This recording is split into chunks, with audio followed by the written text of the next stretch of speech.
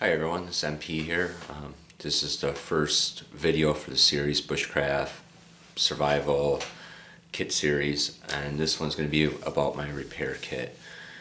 My repair kit is pretty well simple. Obviously it's small, I have pretty much average hands, and I can pretty much fit the whole kit inside my hand, which in return will fit in my haversack, my rucksack, whatever kind of bag I have pretty nicely without taking a lot of room, and it's extremely light. So I'm going to be going through this kit with you and then give you a little bit of backgrounds of why I came to this kit and why some of the purchases I bought was exactly not the greatest thing. So let me adjust this camera and let's get to it.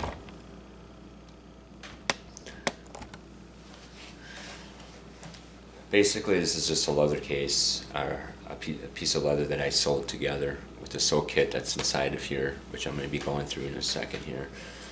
And then you got a little piece of leather that's tied around it to keep everything secured, obviously. So let's go with the inside. Obviously, I have a lighter. I pretty much have a lighter in every kit that I have. If it's my fire kit, my cook kit, what have you, I pretty much always have a lighter. And not one of those little cheap lighters either. I usually go with a Bic. In this case, I have one with the wheel. In my fire kit, I'll have the push down because I do live in a cold environment and it's hard to turn the wheel when your fingers are pretty much frozen. So it's a lot easier to push down. The ones with the wheels, they do come in more handy with the spark. You don't get a spark from the push down ones, but with these they do. So if you run out of fluid, pop off the childproof, and there you go. You got another fire starter. Scissors. I have a pair of scissors. These are the childproof scissors, and the reason why I have these is because the tips is rounded, so I don't have to worry about puncturing through my pack, my bag here, or anything like that. So they come in handy. Originally I had one that came with my sew kit, which I'll kind of give you a brief history about that in a minute here once we get to there. A DC4 knife sharpener, a must. Any kind of knife sharpener, a must. You need to keep your knives sharp. You need to keep them in good condition. I chose a DC4 knife sharpener because it does sharpen easy. I should say it sharpens my knives easy. It's small, it's compact. It was worth the money that I paid for this. This is probably one of the more expensive items in my kit. I don't recall how much I paid for it, but I think it was around 50 bucks, maybe even more. But inside of it, I also keep some nails. And the whole purpose with the nails and those little pin nails, I'm not going to try to dig them out right now, is that you tack down on your wood here in the corners so this way it doesn't slide. And so when you're sharpening it, and why they're so small, is so this way I can go under the stone and I won't have to worry about my knife hitting the nails. Since I wear eyeglasses, I have an eyeglass repair kit. I also have another pair of older safety glasses inside my pack in case if the glasses I'm wearing cannot be repaired. But these do come in handy mostly when you wear eyeglasses. And I got some stuff that's called cat crap. It's an anti-fog. It's okay. I mean, anti-fog is anti-fog, but I like this stuff because I can just take my bandana, buff it into my lenses of my glasses, and I'll clean it and it'll give me some fog protection. This is my sew kit. I made this sew kit myself. I forgot the technical name for it. I'm kind of bad with that, but basically what I have inside here is I have pin needles for if I'm sewing up my outdoor clothes. I have several different types of needles. I've got, kind of a medium size, smaller size.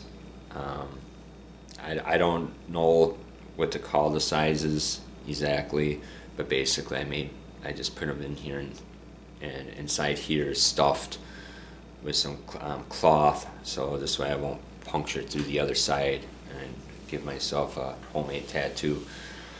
I also have some duct tape with a big sail needle. The reason why I had the sail needle taped to this is because it was too big to kind of put in here, and it was just more easier. And I got a couple other needles taped to here, which obviously, if many knows, and there may be some that's watching this video, but duct tape can be a quick fix.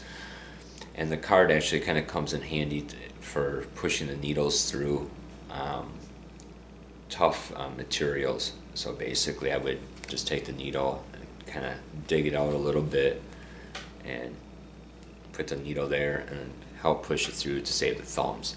I'm not exactly a professional sewing type of individual, but it does the job. Eventually that'll be replaced. Also, I'll have just a little army Swiss knife. I think this thing was like probably only like $5, if that. And it comes in handy mostly with the sew kit too, because you got a backup scissors and you got a backup blade.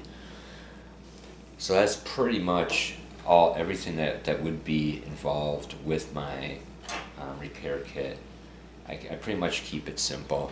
What I used to do is my kit used to be probably about 2 times this size, and I pretty much had everything including the kitchen sink. And what that does, it takes up a lot of room out of your pack. This kit right here, I can go out there and stay for a weekend. I can probably a week, 2 weeks, and if something breaks out of my kit, I can use everything in here to repair it. You know, and a lot of people, what they'll do is when they pack a kit, they're looking at a survival situation, like a long-term survival situation, so they overdo it.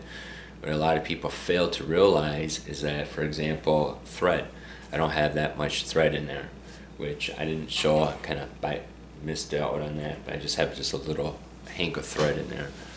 Is that I've seen people with big old reels of thread. What's the point? I mean, as being human, the majority of us are litter bugs, and all you have to do is walk across any water area, you're going to run across some fishing line.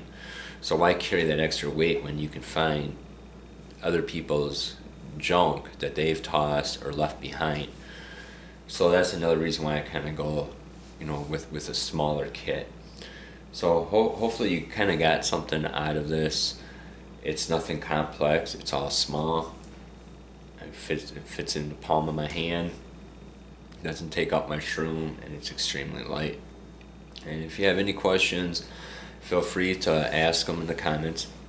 I'll try to get to them, or go to my Facebook page that's posted up above with Bushcraft Survival and Prepping Network, and you can always ask questions on there, because I usually post these videos there.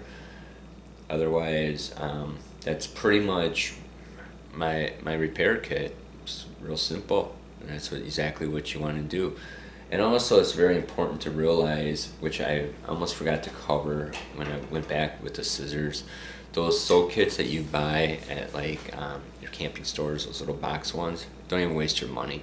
I've already took them out, and just for a day trip, and thread broke, needle broke, and the scissors are junk. At least invest in yourself some decent needles. Go to Wally Mart, you know, a fabric store, and I'm sure the majority of you would probably have needles around the house and extra ones.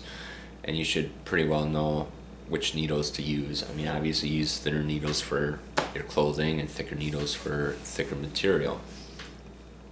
And most definitely go out and take your kit and do dirt time. Because as I fall back to that sewing kit that I just mentioned, if that was a survival situation and I had to repair some garments or something, you know, my shelter, whatever I had to repair, and it would have failed on me on the very first try. So you want to know exactly with your kit that it works. You don't want it to fail at the wrong time. And this way, if you have something in your kit, you know, in your repair kit, and it's not working, I would rather find out now than down the road. So thank you for watching, and hopefully later today or sometime this week I'll be doing another video for this series. Thank you.